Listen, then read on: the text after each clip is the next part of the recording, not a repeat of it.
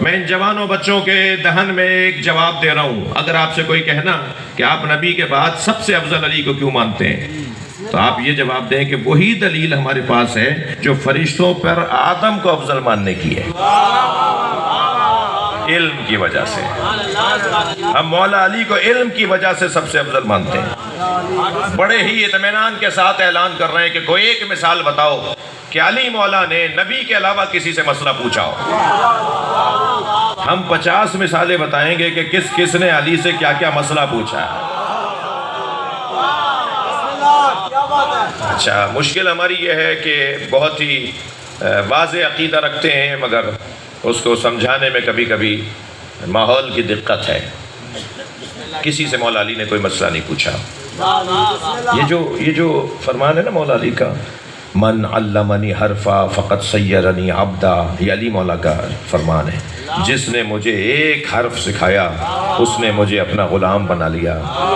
یہ جہاں اساتذہ کی عزت احترام اور تکریم کا پیغام ہے نا، کہ استاد کیونکہ استاد ہے وہ سکھانے والا، اور جو شاگرد ہے وہ غلام ہوتا ہے اپنا استاد کا.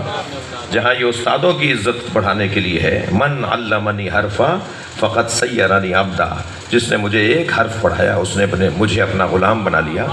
جہاں یہ استادوں کی عظمت کو بیان کر رہا ہے، وہاں علی کی ایک چیلنج اور تحدی کا اعلان بھی ہے. کوئی ہے جو مجھے ایک حرف بھی پڑھائے؟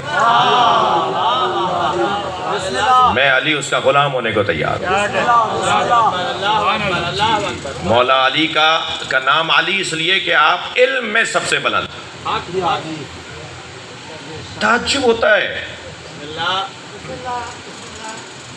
قرآن مجید میں ایک غیر معصوم، غیر نبی، غیر امام بچے کا گود میں شیرخوار بچے کا بولنا تو سمجھ میں آ جاتا ہے. قرآن کی آیت ہے، زلیخا کی بہن کا بچہ اس کی گود میں بولا. جب زلیخا نے قمیض پکڑ لی حضرت یوسف کی، حجرے میں لے گئے تھے، باہر سے تالے ڈلوا دیے کنیزوں سے. 7ویں کمرے میں پہنچایا حضرت یوسف کو اور باہر سے تالے ڈال ڈال کے کنیزیں چلی گئیں. اور پھر جب اس نے وہ ارادہ کیا تو حضرت یوسف نے اللہ کی پناہ مانگی. تو جیسے ہی حضرت یوسف نے اللہ کی پناہ مانگی تو اسے بھی یاد آیا کہ اس کا بھی کوئی اللہ ہے. اس لیے تو کہتے ہیں بار بار اذانیں وقت پر ہوتی رہیں تاکہ لوگوں کو یاد رہے کہ اللہ ہے. یہ اذانوں کا ایک فلسفہ یہ ہے کہ یاد دلواؤ کہ اللہ ہے. جب حضرت یوسف نے اللہ سے مدد مانگی کہ یا اللہ میری مدد کر، تو اس کے حجرے میں ایک بت رکھا ہوا تھا. اسے بھی یاد آیا کہ کونے میں بت ہے. مڑ کے دیکھا تو بیڈ پہ سے چادر کھینچی، بستر پہ سے چادر کھینچی اور بت پہ ڈال دی. تو حضرت یوسف نے پوچھا یہ کیا کیا تم نے؟ کہنے لگے مجھے اپنے اللہ سے حیا آ رہی ہے، تو میں نے اس کے اوپر چادر ڈال دی. حضرت یوسف نے فرمایا تم نے تو اپنی اللہ پر، اللہ کی آنکھوں پہ پردہ ڈال دیا، میری اللہ کی آنکھوں پہ پردہ نہیں ڈالا جا سکتا. یہ کہہ کے مڑے اللہ سے مدد مانگتے ہوئے کہ تالا کھلنا شروع ہوا. ایک ایک تالا کھلتا چلا گیا، باہر سے تالے ٹوٹتے چلے گئے. اور آخری دروازے پر جب پہنچے تو تالا ٹوٹ رہا تھا. اللہ چاہتا تو بر وقت جیسے سارے بر وقت تالے ٹوٹے، ایسے آخری تالا بھی بر وقت ٹوٹ جاتا. لیکن اللہ کا کام تو اللہ کا ہے نا. 6 جگہ تالے توڑ کے بتائے کہ ہم ہیں. ایک جگہ تالا دیر سے ٹوٹا، یہ بتایا کہ اب ہم ہی آزمائش بھی لیں گے. تالا اتنی دیر سے ٹوٹا کہ زلیخا کا ہاتھ ان کے گریبان تک یعنی پیچھے کالر تک آ گیا. اور قمیض پکڑ کے جو کھینچا تو قمیض پھٹی اور تالا ٹوٹا.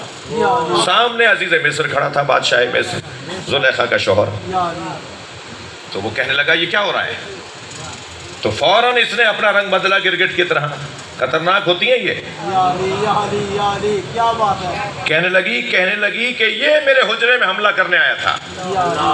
حضرت یوسف نے فرمایا میرا گواہ تو اللہ ہے، میرے پاس کوئی گواہ نہیں ہے سوائے اللہ کے. اس شور شرابے میں جو حضرت یوسف نکلے اور دروازہ کھلا اور لوگ جمع ہو گئے، 2 حجروں کے بعد زلیخا کی بہن اپنی بہن سے ملنے آئی ہوئی تھی، اسی محل میں ٹھہری ہوئی تھی. اس کا دودھ پیتا بچہ بستر پہ سو رہا تھا. یہ جب شور کی آوازیں سن کے باہر نکلنے لگی تو اسی وقت وہ رویا. تو اب اسے چپ کرانے کے بجائے گود میں اٹھا کر باہر آئی. گود میں بچہ اٹھایا ہوا ہے، قرآنی واقعہ ہے. گود میں بچہ اٹھایا ہوا ہے اور کھڑی دیکھ رہی ہے، وہاں مجمع لگا ہوا ہے کنیزوں کا اور غلاموں کا، اور عزیز مصر میں اور حضرت یوسف میں مکالمہ چل رہا ہے، اور زلیخا کھڑی کہہ رہی ہیں کہ یہ آیا تھا میرے کمرے میں۔ تو جیسے ہی حضرت یوسف نے فرمایا نا میرا تو گواہ اللہ کے علاوہ کوئی نہیں ہے، تو فوراً وہ بچہ بولا، وہ دودھ پیتا بچہ، وہ شیر خوار بچہ بولا، اِنَّا قَمِيصَهُ قَدْ مِنْ قُبُلْ فَصَدَقَتْ، اگر قمیص آگے سے پھٹی ہوئی ہے تو یہ سچ کہہ رہی ہے۔ قمیص تو پیچھے سے پھٹی ہوئی تھی، کہنے لگی اگر قمیص آگے سے، بچہ کہہ رہا ہے، ابھی یہ اماں ابا بھی نہیں بولتا تھا،